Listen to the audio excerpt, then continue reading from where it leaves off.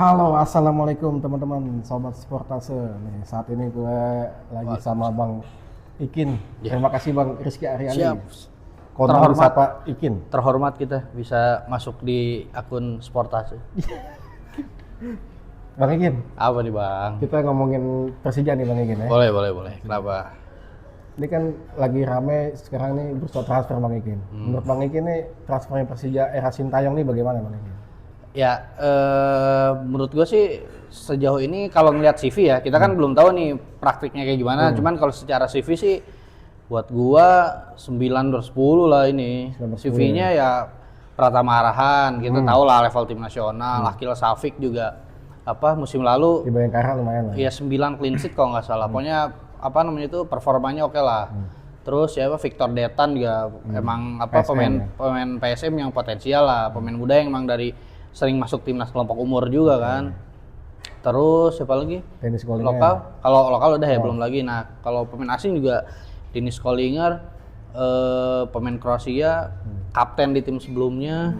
Pernah lawan Livakovic tuh. NK Lokomat Pernah lawan Livakovic, kipernya Oh ya. Ya, Kroasia yang sekarang timnas. ya pokoknya dia kalau gua gak salah sih mantan kapten lah di tim sebelumnya. Si Radovan Pankov juga main di klub elit ya di Polandia, Legia Warsawa kan, siapa yang nggak tahu lah. Dan dia juara Piala Dunia U20 ya. Ya terus juga pernah ya pengalaman lah main di kompetisi Eropa lah kayak UCL, Eropa League segala macam.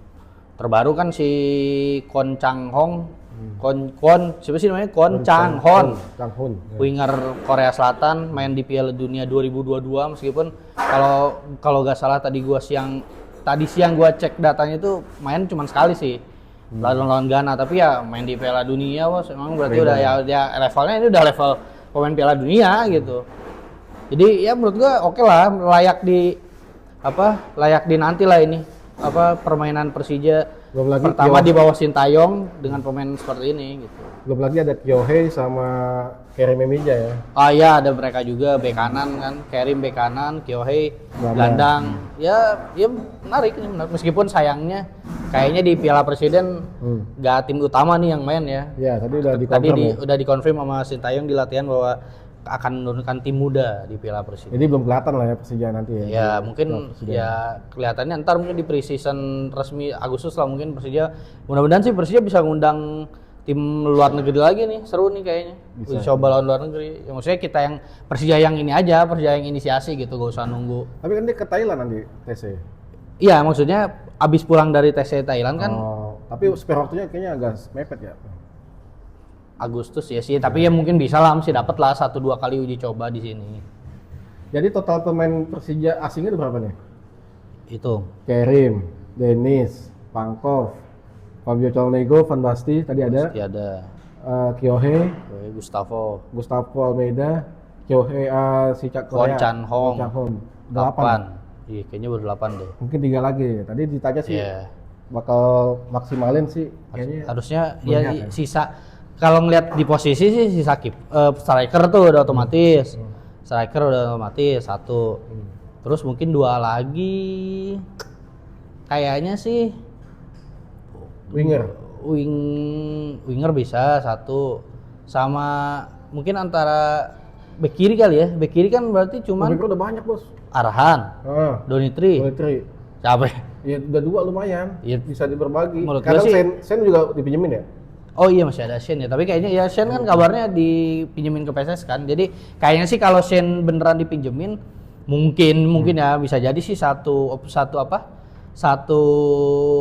pemain asing lagi di bek kiri, karena kalau gue lihat kayaknya STY ini pengen di satu posisi itu seenggaknya ada minimal 3 pemain dengan kualitas yang nggak jauh beda lah, atau seenggaknya pemain utamanya oke dan pemain kedua ketiganya nggak terlalu jomplang lah gitu. Yang gue lihat sih sementara kayak gitu ya. Kalau bek kiri sih agak sayang tuh karena udah ada Donitri sama Pratama Arhan. Ntar kayak Alan Cardoso kalah sama Donitri. Jadinya nggak kepake terus dipinjemin gitu kan. Agak sayang sih menurut gua kalau bek kiri.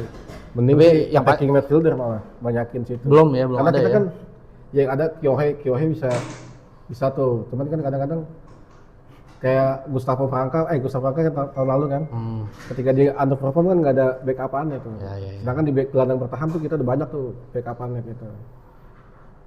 atau winger juga bisa sih mungkin Winger ya. sih, penyerang sayap lah kayak Alano gitu Ya ya. karena kan kalau ngelihat squad atau materi sekarang berarti wingernya itu si Detan. Victor Detan, Witan bisa, Hanan bisa kan. Hanan bisa, sama itu Arli. siapa pemain Arli. asing nggak siapa? Oh iya, si Kon Chang Hong itu. Sama Arli juga bisa. Arli Empat, bisa, empat. tapi cuman kan mungkin idealnya tiga depan itu tridente di depan itu asing semua tuh, winger kiri, winger kanan, sama striker tuh asing semua. Itu bisa jadi gitu, jadi ya mungkin juga. Tapi yang menurut gua 99% harusnya beli, bukan harusnya sih, kemungkinan beli lagi sih menurut gua striker, karena Striker ya. kalau cuman mengandalkan Gustavo sama Excel sih menurut gua kurang. Meskipun kan STI kita tahu juga di timnas juga sering make striker apa disebutnya tuh false nine. Meskipun false nine mungkin bisa banyak nih ya, si Witan bisa, Raihan Hanan bisa tuh. Raihan Hanan bisa, si Kyohei juga bisa tuh. Kyohei mungkin bisa. Jadi ya kita tunggulah, tapi menurut gue sih tetap sih harus ada satu striker yang Apalagi Gustavo juga kadang kadang Kaca ya? kadang cedera. Kalau udah cedera, kalau lagi dapat form ininya sih oke banget. Cuman musim lalu kita lihat sendiri kan berapa pekan dia cedera tuh, kehilangan Gustavo lumayan terasa. Jadi menurut gua sih memang harus nyari satu striker asing lagi lah. Terus kalau lu ngelihat bursa transfer klub mana yang menurut lu selain Persija nih yang gacor banget nih? Ya jelas Persib sama Persebaya kali ya. Persebaya ya. Persebaya juga menurut gua lumayan serius lah. Persib kan siapa? Sandy Walsh, Ragnar, terus pemain asingnya Luka Menalo tuh. Belum lagi yang yang panas kan si MP itu kan, yang belum kenalin juga dia sama Persib. Ya kalau sih gimana sih gini-gini? nah itu dia nih, kita juga di sini nunggu juga jadi apa enggak nih, soalnya tadi bisik-bisik tetangga katanya ada yang mau nikung lagi, tapi yang nikung bukan klub Indonesia katanya, cuman ya kita tunggu, soalnya ya itu belum kesini tuh dia. Peralta ya menarik juga sih, kalau ya nanti saga transfer Peralta ini akhirnya kemana dia. Persebaya juga ngeri ya. Juga ngeri juga, Alex Martin, Yuran itu pemain PSM tuh dikumpulin ke dia. Alex ya benar-benar. Jadi kalau Piala Presiden nanti gimana sih? Ya itu sayangnya ya Persija hampir dipastikan ya, kalau berdasarkan statement Sintayong di latihan tadi ya, menurunin tim muda, jadi ya otomatis kan ya itu bukan Persija sesungguhnya lah gitu. Kalau tim lain juga gue belum dengar ya, maksudnya belum dengar statement resmi mereka, apakah mereka akan nurunin tim utama atau akan mengikuti langkah Persija yang mengirim tim muda, belum tahu nih gitu. Cuman kalau apa namanya itu, kalau tim-tim ini ngirim tim utama selain Persija, misalnya kayak Persib, kayak Arema, kayak Persebaya, ya menarik lah. Apalagi belum lagi ada PSMS juga yang kelihatannya juga lumayan serius nih di menyiapkan diri mereka buat championship musim depan. Mungkin kalau banyak pemain muda kayak Persija Persib ya. Kan kalau di preskon aja yang datang Zahabi Goli kan. Ya si Persib juga Nazriel. Kalau Ya. Arema kan langsung. Ya Persebaya juga Hernando ya.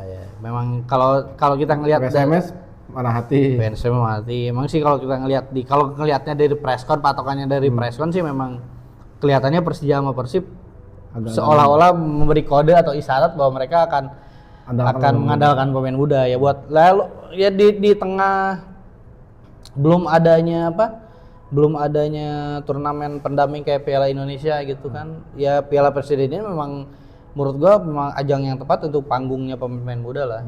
Kayak kalau di Persija kan Goli, Arli yang ya mungkin kalau di kompetisi kan agak sulit mendapat menit bermain, apalagi musim depan kan katanya regulasi U23 bakal dihapus tuh. Ya itu menurut gua akan makin membuat buat peluang mereka buat main makin kecil. Ya paling kalau di Persija Donitri mungkin yang masih ada chance untuk main reguler lah. Hanan, Donitri, ya Rido hitungannya Detan. Rido hitungannya ya masih muda sih, tapi hitungannya udah senior lah. Oke.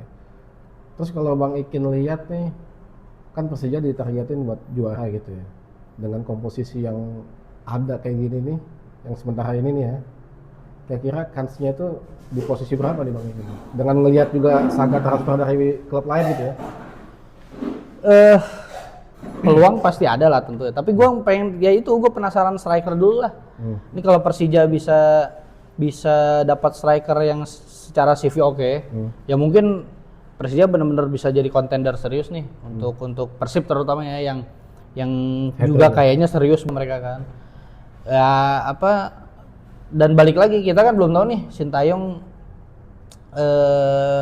memang sih di klub dia pernah juara Liga Champions Asia kan sama Seongnam klub Korea, tapi kan itu udah lumayan lama ya 2011. Di tim terakhirnya di Korea pun bisa dibilang gagal lah ya, dia cuman sekitar 2-3 bulan gitu kan, meskipun kabarnya kan waktu yang pendek itu karena ada friksi lah. Nah, itu juga yang tuh di preskon jawab tuh pas itu nggak bener gitu ya kata dia. Ya itu tapi kan itu ya jadi isu lah waktu di timnas pun kan, meskipun bener atau enggak kan itu sering diembusin lah bahwa STY ya terlibat dengan beberapa pemain lah friksi gitu. Ya ini hal-hal yang menurut gua mudah-mudahan tidak terjadi lah di Persija gitu. Mudah-mudahan kondusif terus panjang musim. Kalau kondusif, dan yang paling penting satu sih menurut gua, harus terus main di Jakarta. Iya. Menurut gua oke apapun skuad Persija gitu ya, selangsung nyetel gimana pun Sintayong misalnya strateginya.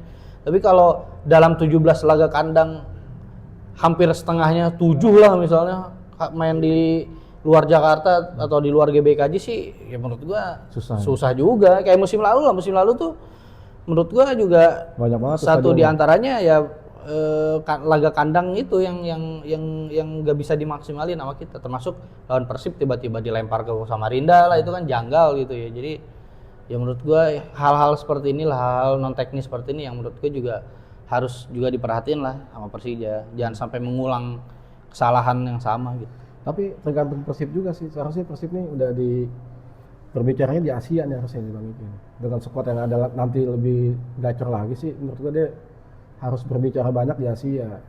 Kayak kemarin kan dia cuma berapa? 16 apa 16 ya? Agak menyayangkan tuh. Kan juga Borneo nggak tahu nih. Skuadnya juga kan banyak cuci gudang kan. Benar-benar. Borneo juga memang, Borneo itu unik sih menurut gua. Maksudnya Borneo ini dikenal tim yang hampir tiap musim tuh cuci gudang ya. Bener kan?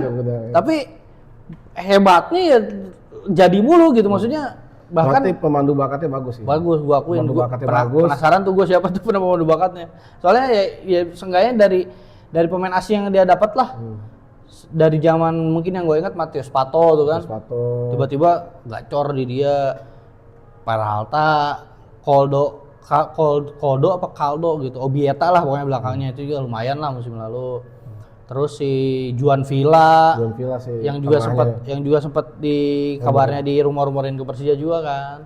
Jadi Borneo ini gua akuin scoutingnya oke juga nih. Persija harus cari tahu nih kayaknya siapa nih scoutingnya Borneo. Jadi menarik juga sih, meskipun ya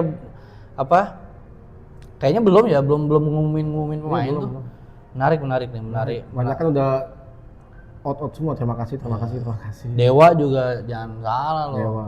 Kalau beneran pelatih yang Osmar Los itu kan oke juga tuh secara CV kan. CV, ya. Dan Dewa kan ya pemainnya juga ya top lah gitu kan. Egy, si apa namanya tuh Ivar belum tahu nih. Ivar Jenner belum tahu nih masih bertahan. Kabarnya sih Dewa pengennya Ivar bertahan, cuman si Ivarnya katanya lagi coba nyari kesempatan abroad. Cuman kita belum tahu lah endingnya, apakah Ivar akan balik abroad atau tetap di sini gitu. Jadi pastikan musim depan lebih ramai lah Bang ini. Seru, gue yakin sih lebih seru ya. Apalagi kan itu pemain-pemain diaspora pada banyak kesini gitu kan. Si yang terbaru ya itu kan Ragnar sama Sandi. Jadi seru ya. Siap. Terima kasih banyak Bang Ikin. Siap. Kira-kira segitu dulu aja lah kita obrolan sama Bang Ikin nih. Bang Ikin juga udah lelah juga nih nulis banyak berita nih kayak tadi. Ya teman-teman, sampai jumpa. Terima kasih. Salam. Apa Ji? Jack. Mania.